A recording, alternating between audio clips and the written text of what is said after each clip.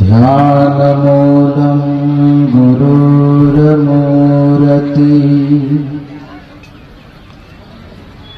पूजामूलं गुरुरपदम् मन्त्रमूलं गुरोर्वाक्यम्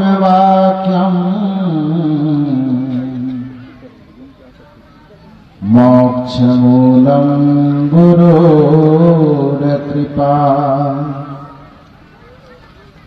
न हि सत्यात् परं ज्ञानं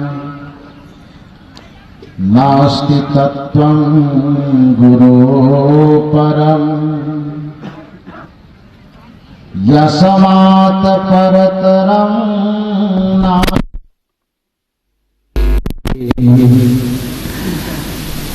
तस्मै श्री गुरुवे नमः। तस्मै श्री गुरुवे नमः। तस्मै श्री गुरुवे नमः। मेरे आध्यात्मिक जीवन के संपोषक परमाराध्य परम पूज्य सद्गुरुदेव जी, मंचासीन परम वंदनीय संत समाज, इस परिवर्तक स्थल पर विराजमान धर्म प्रेमी सज्जनों तथा देवियों,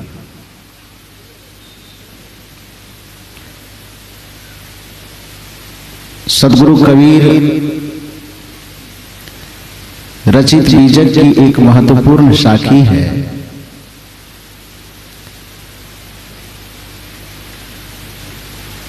पक्षा पक्षी के कारणे सब जग रहा भुलान, निष्पक्ष होय के हरि भजे सोई संत सुजान। इस साखी में सद्गुरु कबीर कहते हैं कि मनुष्य हर जगह अपनी मान्यता के आधार पर जीवन जीता है। मन के अनुकूल बात मनुष्य को प्रभावित करता है।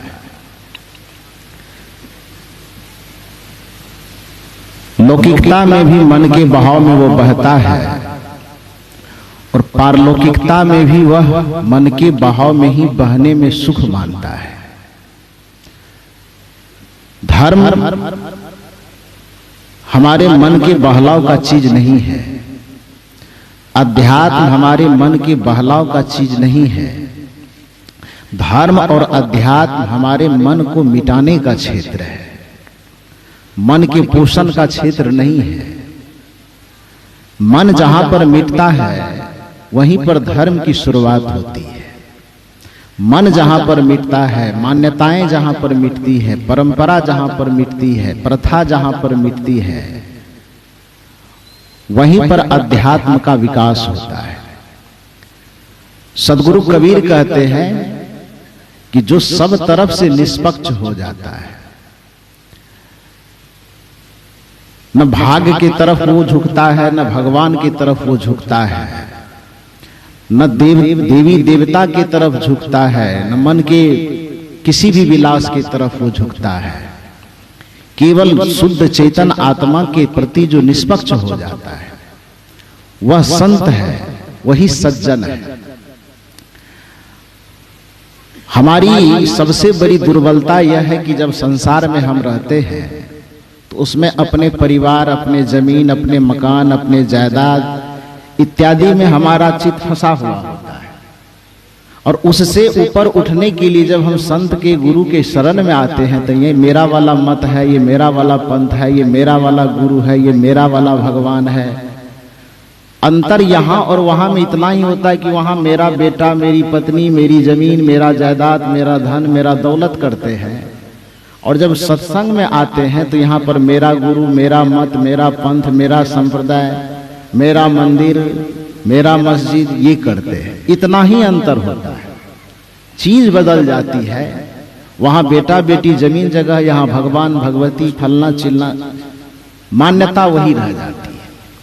हमारा चित्त कभी निष्पक्ष नहीं हो पाता, और चित्त जब तक निष्पक्ष होकर दर्पण की भांति नहीं बनेगा तब तक हमें संतत्व का उद्घाटन नहीं हो सकता। एक संत में, एक संसारी व्यक्ति में, एक विषयी व्यक्ति में और एक साधुता संपन्न व्यक्ति में केवल और केवल चित्त की आसक्ति और चित्त की अनासक्ति का ही अंतर है। एक बार की बात है, भगवान बुद्ध के पास एक व्यक्ति गया और भगवान बुद्ध से पूछा कि भगवान, हमारे जीवन में जितने प्रकार के दुख दिखाई देते हैं उस दुख का कारण क्या है? भगवान बुद्ध मुस्कुराते हुए कहे कि मनुष्य के जीवन में उसके दुख का कारण उसका अपना मन, उसका अपना चित्त है। वह आदमी अपना उत्तर सुन करके वहां से चला गया। भगवान बुद्ध के छाया की तरह उसके बगल में हमेशा उनका एक प्रिय शिष्य था जिसका नाम था आनंद। वो बैठे रहते थे। तो वो भी सुना कि एक आदमी आया, पूछा कि मनुष्य के जीवन में दुख का कारण क्या है। तो भगवान बुद्ध उसको बताए कि मनुष्य का चित्त ही उसके दुख का कारण है। तो उत्तर सुन करके जो पूछने आया था वो तो चला गया, लेकिन ये सुना सुना तो बैठा ही रह गया। फिर थोड़ी देर के बाद दूसरा व्यक्ति उधर से आया और वह व्यक्ति दूसरा प्रश्न लेकर के पूछता है कि भगवान, मनुष्य के जीवन में सुख का क्या कारण है? भगवान बुद्ध फिर मुस्कुराते हुए उसे जवाब देते हैं कि मनुष्य का चित्त ही उसके सुख का कारण है। वह व्यक्ति भी प्रसन्न होकर के वहां से लौट करके चला गया, लेकिन आनंद फिर भी वहीं बैठा हुआ था। वह फिर सुना कि भगवान कहते हैं कि मनुष्य का चित्त ही उसके सुख का कारण है। तो दो तरह के प्रश्न करने वाले आए और दोनों अपना अपना जवाब सुन करके बड़ी आसानी से, प्रेम से वहां से लौट गए। लेकिन आनंद जो बगल में बैठा था वो तो दोनों का जवाब सुना कि उनको क्या, दुख वाले को क्या उत्तर दिया और सुख वाले को क्या उत्तर दिया। उसका दिमाग उलझ गया। उसे लगा कि बड़ा विचित्र है, भगवान से कहीं कोई गलती तो नहीं हो गई। जो उलझे हुए मन वाले व्यक्ति होते हैं उसकी अपनी समस्या यह होती है कि कमी अपने में वो नहीं देखता है। बुद्ध पुरुष में भी, ज्ञानी पुरुष में भी, धार्मिक पुरुष में भी वह गलती ढूंढता है। गलती ढूंढने की उसकी प्रवृत्ति होती है, और जिसकी गलती ढूंढने की प्रवृत्ति है वो भगवान परमात्मा भी समक्ष आ जाए तो उसमें भी वह बुराई को ढूंढ लेगा। आनंद चूंकि अभी शिष्यत्व के धरातल पर है, गुरुत्व के धरातल पर पहुंचा नहीं है, जिसके कारण से बुद्ध के मुंह से निकले हुए उत्तर उसको सटीक न लग करके उसे लग रहा है कि बुद्ध ही को तो गलती नहीं कर दी। ये जवाब तो दो तरह का प्रश्न आया और दोनों विरोधी प्रश्न है एक दूसरे का, तो उसका जवाब भी तो अलग अलग होना चाहिए। प्रश्न और सुख और दुख का है और दोनों का जवाब एक ही दे दिए, तो लगता है भगवान बुद्ध गलती कर दी। ये आनंद को लगा। वो मन में सोचते सोचते, घुमाते घुमाते, बात उसके मन में घूमते घूमते उसके जुबान से आखिर निकल ही गई। हाथ जोड़ करके पूछते हैं कि भगवान, जिसको आप उत्तर दिए वो तो सुन सुन करके चले गए, लेकिन मैं तो आपके उनके प्रश्न में उलझ गया। भगवान बुद्ध ने कहा कि सबसे पहली गलती तो तुम यही कर रहे हो कि प्रश्न दूसरे का है, उलझन तुम्हारे माथे में पैदा हो रहा है। दूसरे की समस्या तुम अपने कपार पर क्यों लाद रहे हो? दूसरे का प्रश्न तुम अपने जीवन में उतारने की कोशिश क्यों कर रहे हो? जिसका प्रश्न था उसका उत्तर था, वो लेके चला गया। अब वनवास हुआ, राम को मारा रावण को, राम ने रावण से, राम का युद्ध हुआ और हम कथा को पढ़ पढ़ करके उछलते हैं। राम की कथा से हमारे जीवन की कथा को क्या लेना देना है? कृष्ण ने कंस को मारा, देवकी को, वसुदेव को जेल से आजाद करवाया। अब पूरे कृष्ण के कथा को सुन सुन करके हम अपने जीवन की व्यथा को खत्म करना चाहते, ये कैसे होगा? कृष्ण के जीवन की समस्या थी, कृष्ण का अपना जो समाधान उसे लगा, वो समाधान करके जीवन को कृतार्थ कर लिया। राम जी की जो अपनी समस्या थी, वो अपनी समस्या से अपना समाधान का रास्ता निकाला और समाधान पा करके वो धन्य हो गए।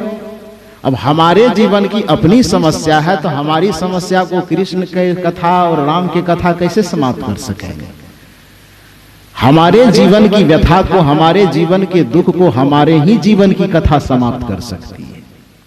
और हम अपने जीवन की कथा जब तक आत्म कथा नहीं सुनेंगे, जब तक अपने जीवन की समस्या का अनुभव नहीं करेंगे, जब तक अपने जीवन को नहीं परखेंगे, जीवन में क्या कमी है उसको दूर करने की कोशिश नहीं करेंगे, तो जीवन भर पूरे दुनिया की कथा हम सुनते रह जाएंगे, पूरे दुनिया के लोगों की समस्या को सुनते समझते रह जाएंगे, उससे कोई फर्क नहीं पड़ेगा।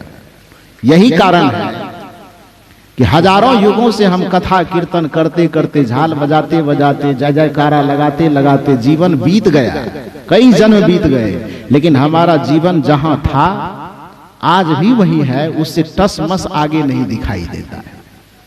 भगवान बुद्ध ने कहा कि आनंद, समस्या उनकी थी, प्रश्न उनका था, अपना उत्तर सुन करके चल गया, उसके प्रश्न में तुम क्यों उलझ गया?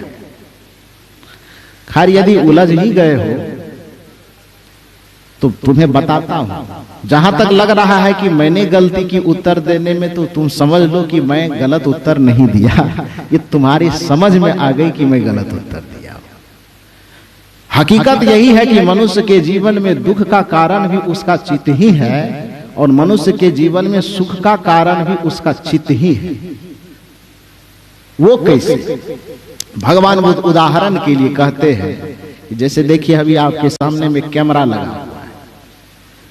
भगवान बुद्ध आनंद को कहे कि लो ये कैमरा पकड़ो, कंधा पे लो, अब पूरे जीवन ज्योति केंद्र में जो ये सत्संग हो रहा है, पंडाल के चारों तरफ कंधे पे कैमरा रख के ऑन करो और घूम जाओ।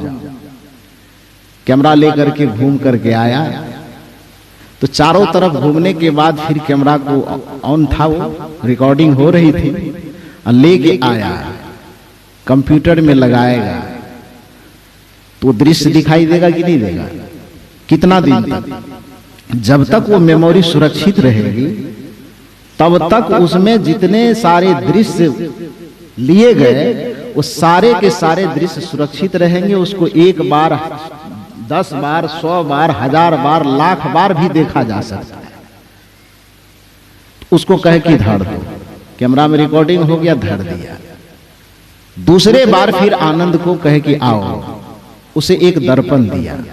दर्पण समझते हैं ना, आईना, आईना दिया, और आईना दे करके कहा कि इसे लो, और जैसे कैमरा लेकर के चारों तरफ घुमा था, उसी तरह से आईना लेकर के चारों तरफ एक बार घूम जाओ।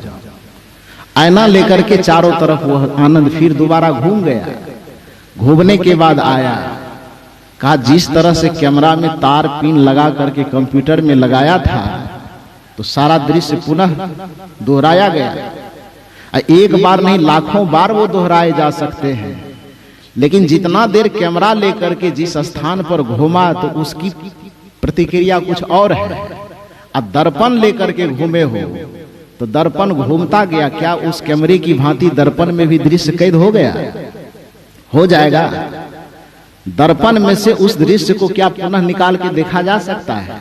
जब तक सामने में है तब तक दर्पण में दृश्य तो रहेगा, लेकिन दृश्य के सामने से जैसे ही दर्पण खिसकेगा कि वो दृश्य वहां से गायब हो जाएगा। भगवान बुद्ध ने कहा कि ठीक उसी प्रकार के जैसे कैमरा भी शीशा ही है, और दर्पण भी शीशा ही है, लेकिन दोनों में अंतर है कि कैमरा दृश्य को कैद करके अपने अंदर संग्रहित कर लेता है, लेकिन दर्पण के सामने दृश्य तो आता है लेकिन वहां पर ठहरता नहीं है। उसी तरह से हे आनंद, जिसका चित्त इस संसार के दृश्यात्मक संबंधों को, संसार के प्राणी पदार्थों को अपने चित्त में अवशोषित कर लेता है, सदा के लिए बैठ जाता है, उसका चित्त इस संसार में सदा दुखदाई होता है। और जिस मनुष्य का चित्त संसार में रहता तो है लेकिन ये संसार के दृश्य उसके चित्त पर अपना प्रभाव नहीं डालता, उस मनुष्य का चित्त सुखकारी होता है। इतना ही अंतर है। तोरा मन दर्पण कहलाए। आपका मन शीशा की भांति निर्मल हो जाना चाहिए, निष्पक्ष हो जाना चाहिए। आपके मन में यदि गंदगी भरी रहेगी, आसक्ति भरी रहेगी, तो जहां गंदगी होता है तो आप बाहर में भी देखते हैं कि कहीं गंदगी हो, गोबर हो, कीचड़ हो, तो वहां क्या क्या फैलेगा? कीड़ा फड़ेगा ना उसमें। गंदगी जहां होगी, विकार जहां होंगे, तो विकारी चीज में, गंदे चीज में क्या होगा? कीड़ा फड़ेगा, दुर्गंधी आएगी। तो जब बाहर के गंदगी में हम देखते हैं कि कीड़े फड़ते हैं, उसमें दुर्गंधी आती है, तो जब भीतर में वो गंदगी भरी पड़ी रहेगी तो भीतर वाला गंदगी में क्या आएगा? वही तो होगा, दुख होगा, परेशानी होगी, उलझन होगी, समस्या होगी। आपके मन में कीचड़ भरे हुए नहीं होने चाहिए, आपके मन में विकार नहीं भरा होना चाहिए, आपके मन में आसक्ति भरी हुई नहीं होनी चाहिए। आपका मन इतना निर्मल हो कि दर्पण की भांति होनी चाहिए। और मन जिस दिन दर्पण बन गया तो चाहे दुनिया के कोई भी महापुरुष हो, काम यही करने के लिए आपको कह रहा है। कबीर साहब ने ही आपसे क्या कहा?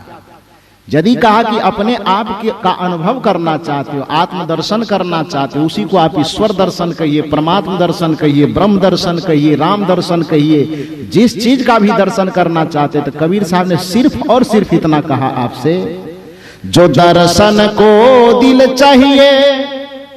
यदि आपको आत्म तत्व के अनुभूति का लक्ष्य है तो क्या करना है?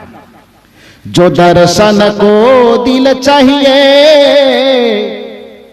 तब दर्पण मांजत रहिए। कहां का दर्पण? जिससे बाल सीटते वो वाला दर्पण, जिससे देख करके बिंदी चिपकाते हैं वो वाला दर्पण। कौन सा दर्पण? जिस दर्पण की बात भगवान बुद्ध कर रहे हैं, जिस दर्पण की बात, वही दर्पण की बात सदगुरु कबीर कर रहे हैं। जो दर्शन को दिल चाहिए,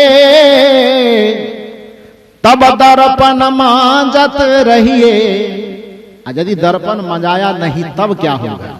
जो दर्पण में लागी काई, तब दरस कहां से पाई। इतने में तो पूरा सत्संग हो गया। हुआ कि नहीं हुआ? सदगुरु कबीर इतना ही कहते हैं कि जो दर्शन को दिल चाहिए तो दर्पण मांजत रहिए। और जब दर्पण में लागी काई, काई माने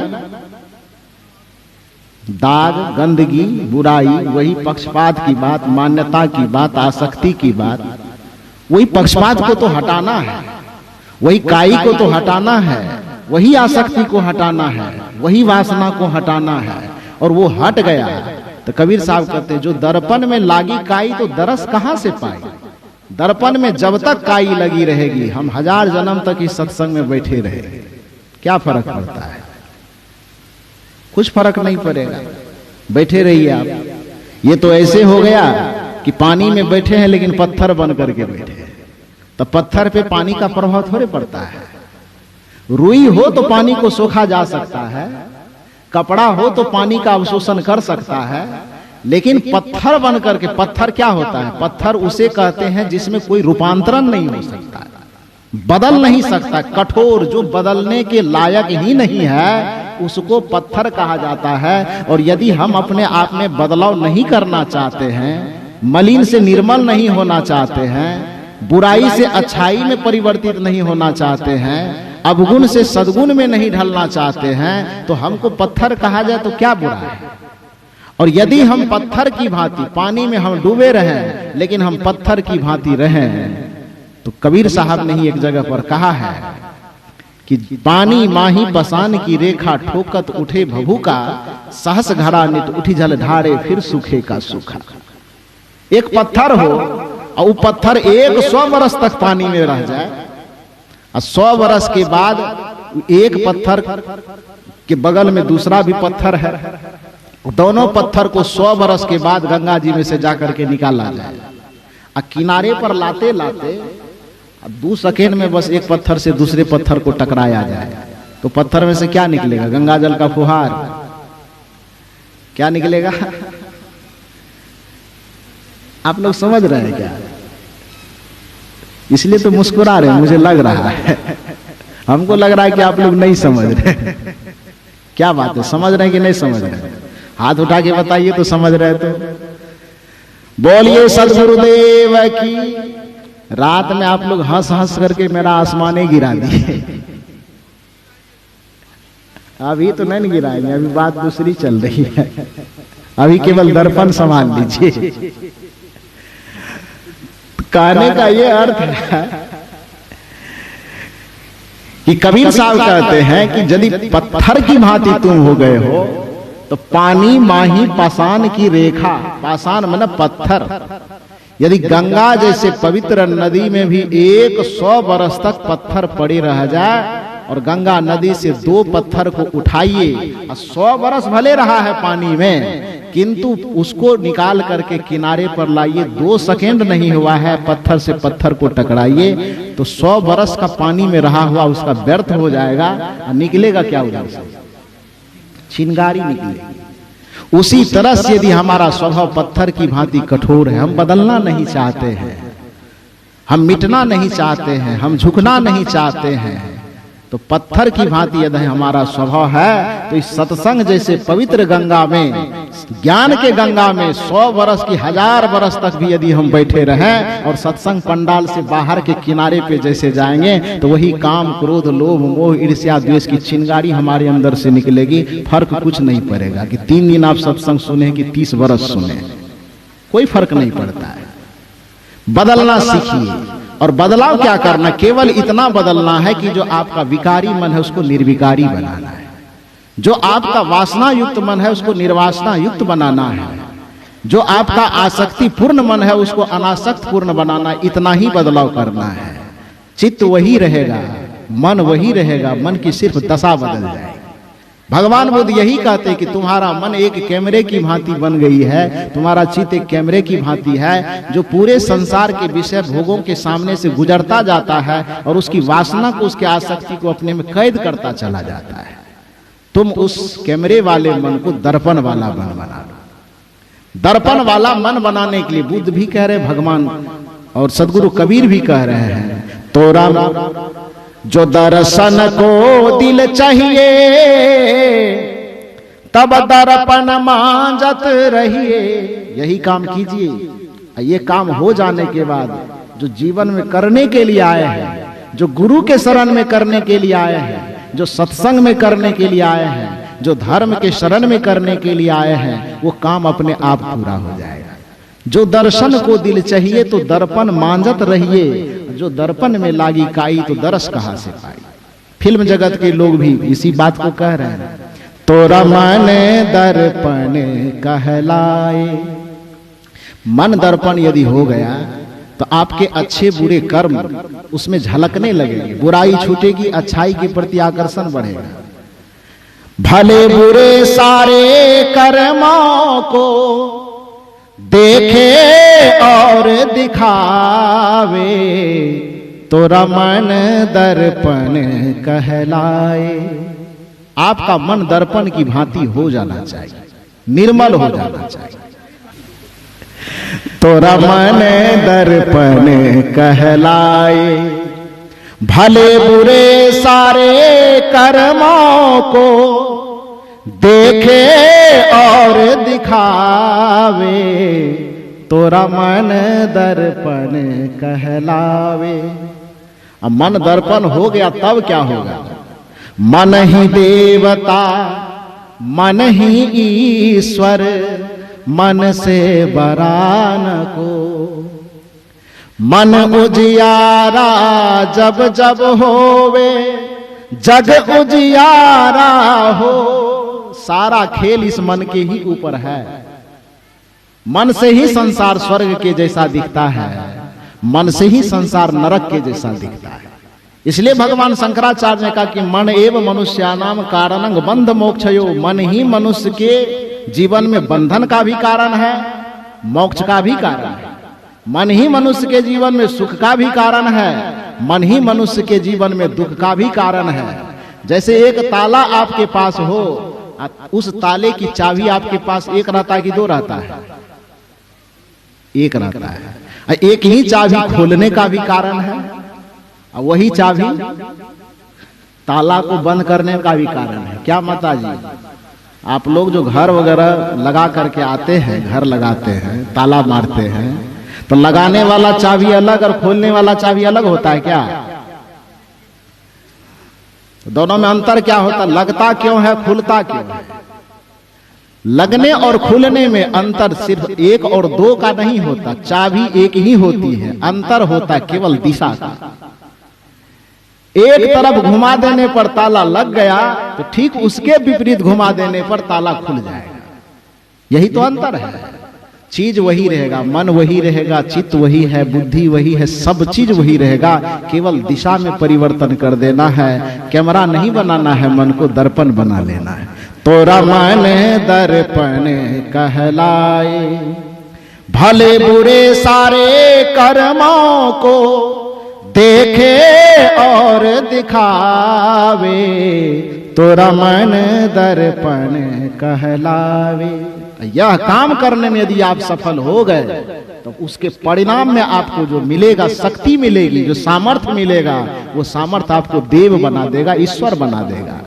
मन ही देवता, मन ही ईश्वर, मन से बरान को। मन उजियारा जब जब होवे, जग उजियारा हो। जग से चाहे भाग ले कोई, मन से भाग न पाए। तोरा मन दर्पण कहलाए, भले बुरे सारे कर्मों को देखे और दिखावे। तोरा मन दर्पण कहलावे।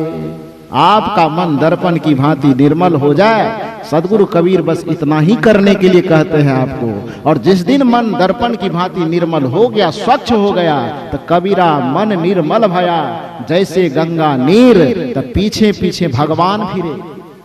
रमाशंकर साहब जी से पूछिए, वो बता देंगे इसका अर्थ क्या होता है। पीछे पीछे परमात्मा घूमे, पीछे पीछे हरि फिरे। कहत कबीर कबीर कबीर कबीर कहते कहते पीछे पीछे परमात्मा, भगवान, ईश्वर, अल्लाह, गॉड, खुदा सब घूमते हैं। शर्त इतनी है कि आपका मन गंगा की भांति, दर्पण की भांति निर्मल और पवित्र हो जाए। शायद समय कुछ मेरा ज्यादा हो गया। मूल रूप से मैं कहना यही चाहता था, सदगुरु कबीर की एक साखी कि पक्षा पक्षी के कारणे सब जग रहा भोला। निष्पक्ष होय के हरि भजे, सोई संत सुजान। सच्चा सत्संगी, सच्चा साधक, सच्चा ज्ञानी, सच्चा ध्यानी वही है जिसका मन विकारों से निष्पक्ष हो गया है, जिसका मन संप्रदायवाद, भाग्यवाद, भगवानवाद से निष्पक्ष होकर के निर्मल हो गया है। उसका मन केवल और केवल आत्मा का स्मरण करता है। और जिसका मन निर्मल होकर के, निष्पक्ष होकर के आत्मस्मृति में घुल मिल गया, आत्मस्मरण करने लगा, तो भगवान श्री कृष्ण कहते हैं कि इसके अलावा फिर किसी साधक को कुछ नहीं करना चाहिए। गीता की एक छोटी सी पंक्ति कि आत्म संस्थं मनः कृत्वा न किंचिदपि चिंतयेत, कि आत्मा में जब आपका मन लीन हो जाए, स्थित हो जाए, तो न किंचिदपि चिंतयेत, अलग से और किसी चीज के चिंतन की जरूरत नहीं पड़ती है। बस इतना ही निवेदन करके आप तमाम लोगों ने मेरी बातों को इतनी गहराई से, शालीनता से सुना। आप लोगों को बहुत बहुत साधुवाद, धन्यवाद देते हुए मंचासीन समस्त पूज्य संत गुरुजनों के चरणों में कोटि कोटि नमन वंदन करते हुए मैं अपनी वाणी को इस सत्र में विराम देता हूँ। बोलिए सद्गुरुदेव की जय।